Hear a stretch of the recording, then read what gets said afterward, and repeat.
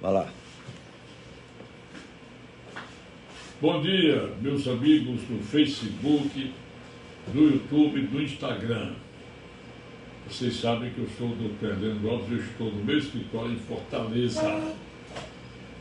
Hoje eu tenho assuntos variados. Aliás, dois assuntos bons: locação e divórcio consensual. Eu quero falar de política, eu vou falar pouquinho. O saltitante Randolfo Rodrigues, que se empolgou quando foi convidado pelo ladrão de 9 dedos, o maior larápio do Brasil, Luiz Inácio Lula da Silva, agora, sempre na perseguição ao nosso presidente Bolsonaro. Eles viram que aquela CPI do circo, que gastou milhões de reais do bolso nosso, dinheiro do povo, para manter aquela esculhambação do Renan Calheiros, dando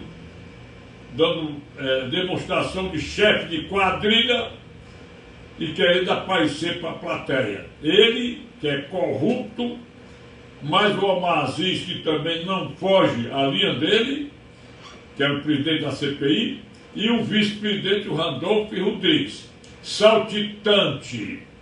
Esse cidadão não tem respeito, não tem vergonha, que ele ainda tem mais 4 anos pela frente. É dele da Rede de Sustentabilidade, só tem um senador, tem 2 deputados federais, e tudo que ele requer ao Supremo, ele consegue logo. Aí ele conseguiu 27 assinaturas. 4 senadores retiraram a assinatura. Hoje ele vai se virar, dizendo que vai provar que é na CPI. O senhor não entrar numa campanha política.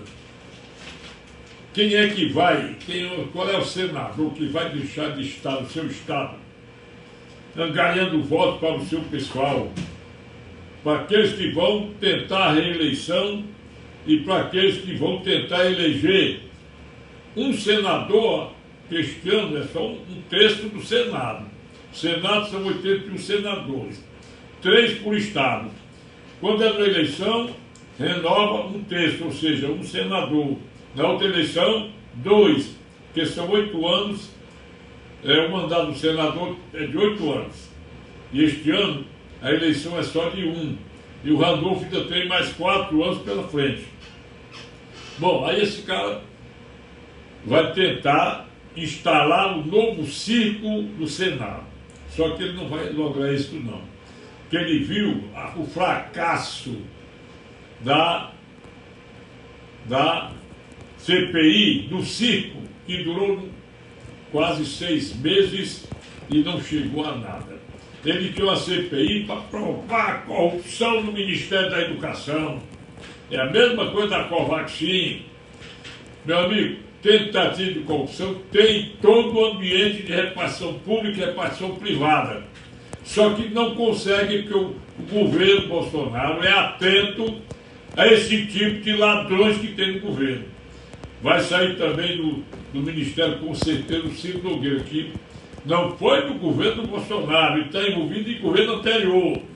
Entendeu? Porque é o seguinte, para quem não sabe, é preciso o governo, o presidente, se aliar a determinados elementos, entre aspas, porque sozinho ele não consegue vitória, não consegue nada. Porque os deputados e senadores é que decidem. Daí porque ele teve que ir para o PL que critica o que o presidente dele é Valdemar Costa Neto, que foi preso por corrupção. Tem nada a ver. Eu posso muito bem ter um amigo ladrão. Tem gente que tem filho vagabundo, ladrão, tudo, mas é gente boa. Nós, quando passamos a maioridade, nós não temos mais nenhuma vinculação de responsabilidade civil com os nossos pais, nossos avós e nossos irmãos. Entendeu? Então, de política, nós vamos aguardar isso aí.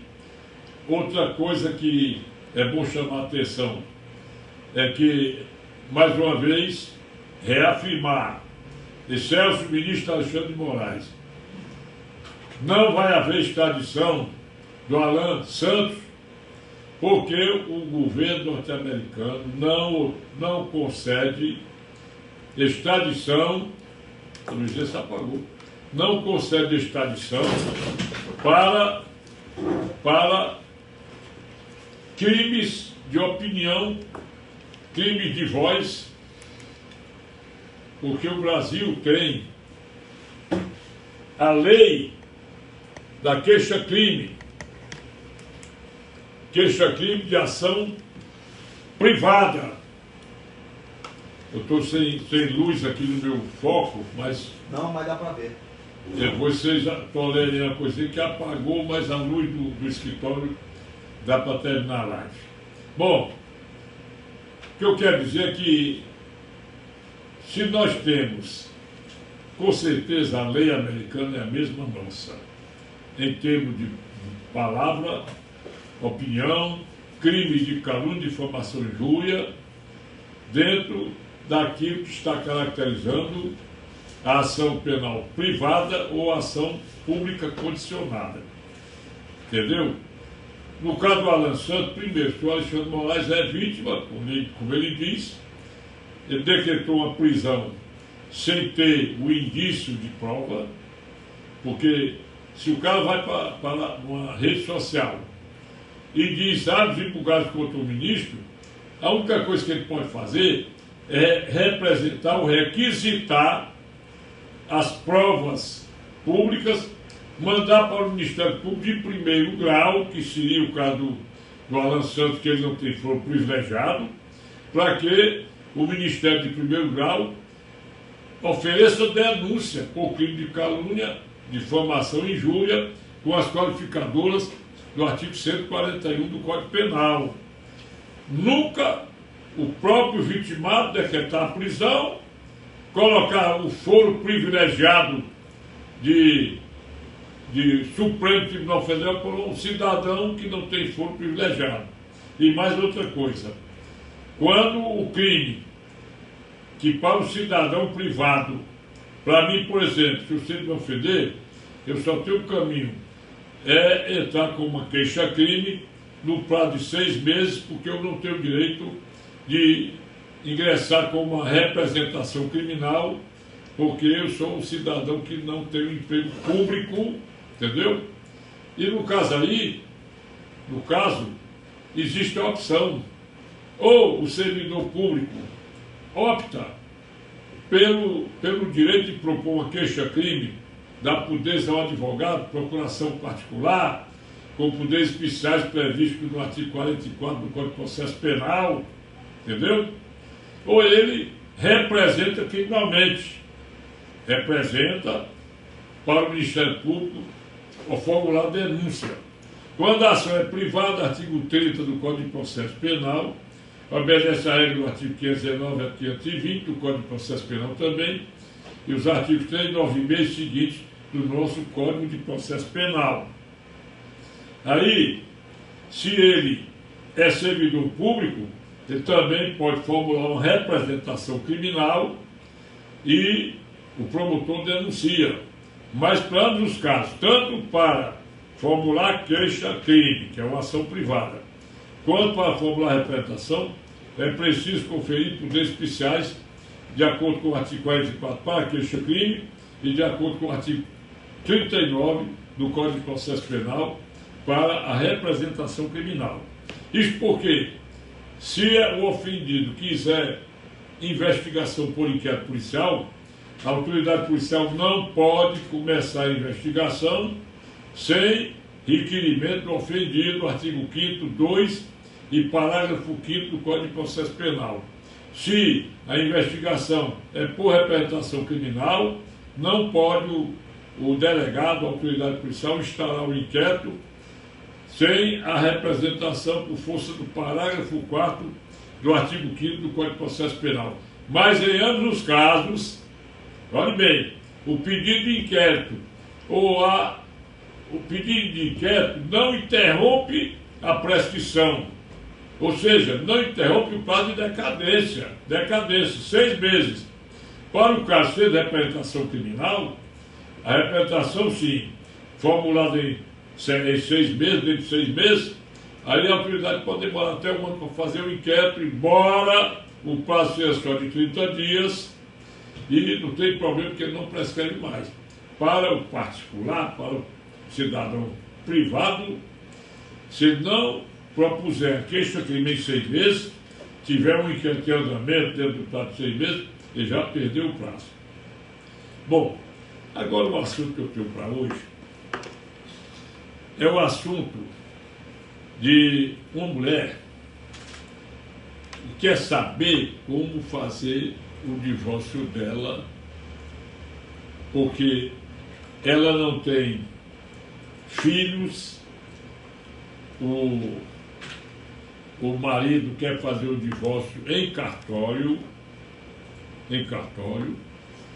mas diz ela que está grávida. Ela quis fazer o aborto, que aconselharam, veja o que é o advogado. O advogado, não, a senhora faz o aborto, a pessoa um negócio desse. Isso é crime, você instigar alguém a praticar o crime. Por que ele disse isso? Porque o artigo 733 do Código de Processo Civil, ele diz que havendo incapaz, não pode ser feito o divórcio em cartório. O artigo 731 do Código de Processo Civil permite que na união estável ou no casamento pode haver o desfazimento da união estável ou do casamento através do divórcio ou rescisão da união estável em cartório por escritura pública, cartório de registro civil, de preferência onde a pessoa casou, né? Se não der para fazer, faz em qualquer cartório civil. E o artigo 733 de lá não pode haver escritura de divórcio quando há interesse de incapazes. Aí tem outro problema. A partilha de bens. Dizem os artigos 731 a 733, incisos e parágrafos, que a partilha fica para depois. Se não chegar ao consenso, eu posso muito bem, mesmo no cartório, fazer escritura, fulano, eu tenho um apartamento, você tem outro, nós temos 2, vamos dividir, fica com eu com o outro tal, e fazer o divórcio, está tudo legal. Agora, se tiver incapaz, o que é incapaz? Você tem um filho menor de 18 anos, tem um filho, embora com mais de 20 anos, tem doença mental, aí o incapaz não pode haver o divórcio consensual, tem que ser através do Poder Judiciário. Eu acho até que deveriam acabar a história de divórcio litigioso, porque eu entendo, o advento da emenda constitucional 70/66, essa emenda, ao artigo 226, parágrafo 6º da Constituição Federal, eliminou todo e qualquer prazo anterior ao casamento, anterior, antes do divórcio. Você desculpe aí, preocupado aqui com a luz apagada. Qualquer prazo que era previsto no artigo 1520 do Código Civil, dizer lá que para fazer o divórcio é preciso a separação judicial com mais ou menos um ano, mais de um ano, de sentença que decretou a separação judicial, ou mais de 2 anos de separação de fato. Então não é preciso mais separação de fato para o ser que casou outro e pode divorciar hoje. Então eu entendo que a vontade dos cônjuges deve ser respeitada de um ou de outro. Se eu quero o meu divórcio e eu ingresso em juízo, então o juiz me desse assim, 10 dias para eu pensar em desistir da ação. Mas citar a mulher contestar e não sei o quê, eu acho que é besteira. Eu devia decretar o divórcio alguma vez. Quer dizer, é um desperdício de tempo que aqui tem. Os artigos 693 e 694 do Código de Processo Civil exigem que se marque a audiência conciliatória em todas as causas que envolvam o problema de família. Eu acho que a essência do Código de Processo Civil, se é divórcio, ou então mandasse citar, eu entro com o divórcio contra minha mulher, ela estava contestando, o juiz decretava de uma vez e acabou. Ora, se o artigo 431 do Código de Processo Civil diz que quando o juiz extingue o processo, julgando procedente ou improcedente a ação de plano ou extinguido de plano a petição inicial, pode haver uma apelação com retratação. Por que então ir se esticar até não querer mais um divórcio? Eu tenho um divórcio aqui no escritório que está com 2 anos de tramitação, ninguém liga, quer dizer, eu acho que é um desperdício de tempo para o Poder Judiciário que é acumulado de trabalho por causa dos formalismos da lei, da nossa lei, que impedem a celeridade prevista no artigo 5º, inciso 78 da Constituição Federal. Então, o conselho que eu dou para essa senhora, se ela quiser fazer o divórcio, faça em juízo, não mate a sua criança, tem que respeitar a vida, não faça como o Lula, o larápio de 5 dedos, 5 não, 9, né? 9 dedos. Não faça, viu? Porque matar a criança no seio da mãe, no útero da mãe, é crime contra a vida e vai para a júri. O artigo 74 do Código de Processo Penal manda a júri os crimes de homicídio e suas tentativas, instigação ao suicídio, aborto, olha bem, aborto, infanticídio, tudo isso regulamentando o artigo 5º, 38 da Constituição Federal. Você me desculpe aí se eu der uma escorregada, porque tudo é de improviso e eu não enxergo para a lei, tá bom? Agora, outra coisa que me pediram. O cara disse que tem mais de 10 anos como comerciante de um ponto bom e contrato escrito por tempo indeterminado. E agora ele notificou o cara para desocupar e ele queria saber que diabo é que ele faria. A primeira coisa tem que examinar o contrato. E esses contratos de locação não residencial são cruéis. Aliás, todo contrato de locação é cruel. Cruel porque o primeiro índice de majoração anual ou semestral é o IGPM, que é um índice só para lascar inquilino. O próprio locatário, quando ele não pode pagar aluguel, se ele não quiser ser despejado por falta de pagamento, tem que purgar a mola. Purgar a mola é um encargo. Pagar tudo atrasado, tudo até o dia do pagamento, com juros, correção monetária, honorado de advogado de 10%, se não houver pressão contratual em valor maior, em percentual maior. E para o caso aí, não tem saída, porque ele disse que me ouviu falar na renovatória de locação, que era 5 anos. Não, a renovatória de locação, prevista no artigo 51 da Lei do Inquilinato, ela permite a renovatória desde que você tenha 5 anos de contratos com prazos definidos. Você pode ter um contrato só de 5 anos, pode ter um contrato de 2, outro de 2 e um de 1, pode ter um contrato de 3 e um de 2, um de 4 e um de 1, um de 3, um contrato de 1 e outro contrato de 1 ano. Aí está lá no artigo 51. Você, para renovar a locação, ainda tem que você propor a ação na primeira metade, primeiro semestre do último ano de locação. Porque se você não propuser, você caiu onde? Na decadência do direito. Então, o conselho que eu dou, ele lá tem que negociar com o patrão, entendeu? Com o locador, que é patrão, entendido, chama meu patrão, negociar com o locador para não fazer o despejo agora, dar um tempinho, fazer novo contrato, e na conversa, porque as imobiliárias são sagazes. Você veja que com o advento do novo Código Civil, entendeu?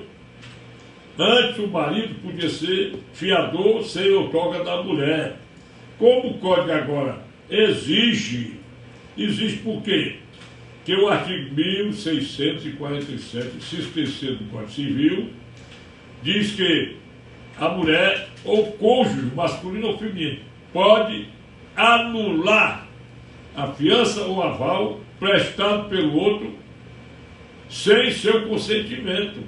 Então, se eu presto fiança ou presto um aval, se a minha mulher assinar, eu posso anular. A minha mulher pode anular, pode embargar. Então, eles são vivos. O que é que eles fazem?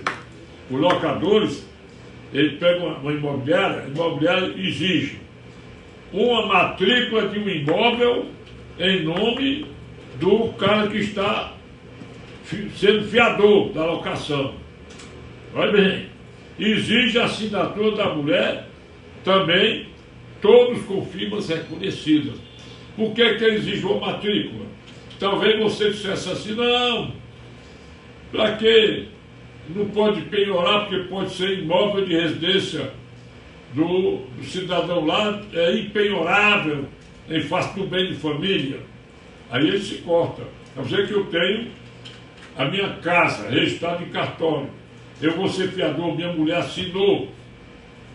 Aí o locador pode executar os aluguéis e penhorar a minha casa, porque o artigo 1º da Lei 8009, de 29 de março de 90, não protege o imóvel de locação não residencial.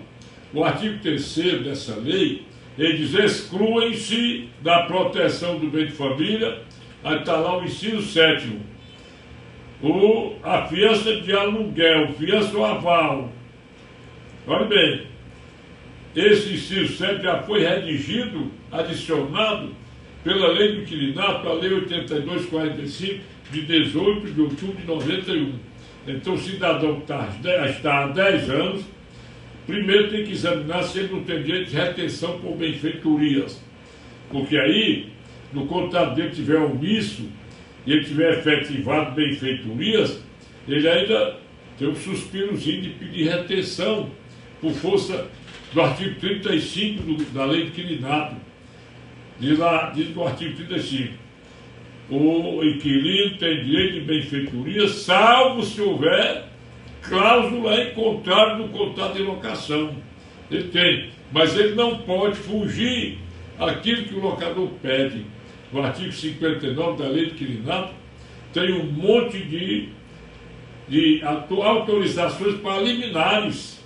O juiz concederá liminar de plano, sendo entrado numa petição inicial do despejo, qualquer despejo, uso próprio ou despejo por denúncia vazia, falta de pagamento, locação comercial, residencial, o que for, pede uma liminar e o juiz, tendo a prova da locação, tudo direitinho, concede a liminar, bota o cara logo na rua.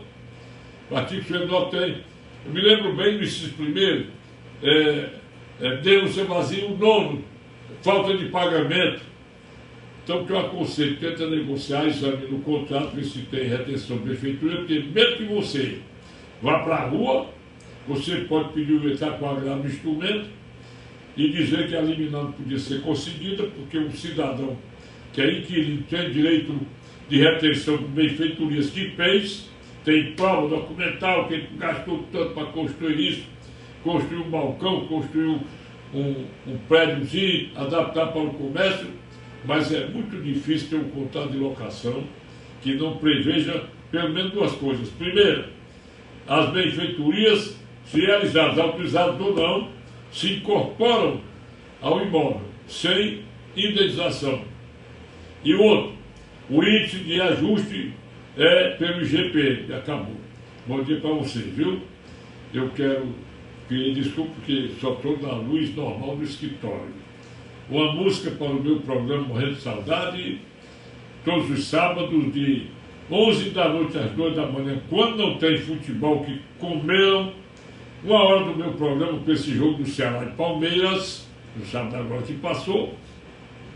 Ou então vocês podem pedir uma manifestação de direito, que eu vou dar explicações logo amanhã, se entrar no meu sistema hoje. É só passar o WhatsApp para mim. Voz o texto, uma mensagem pequenininha, eu vou dizer meu WhatsApp. 85 é o DDD, 999-453883. Obrigado e até amanhã.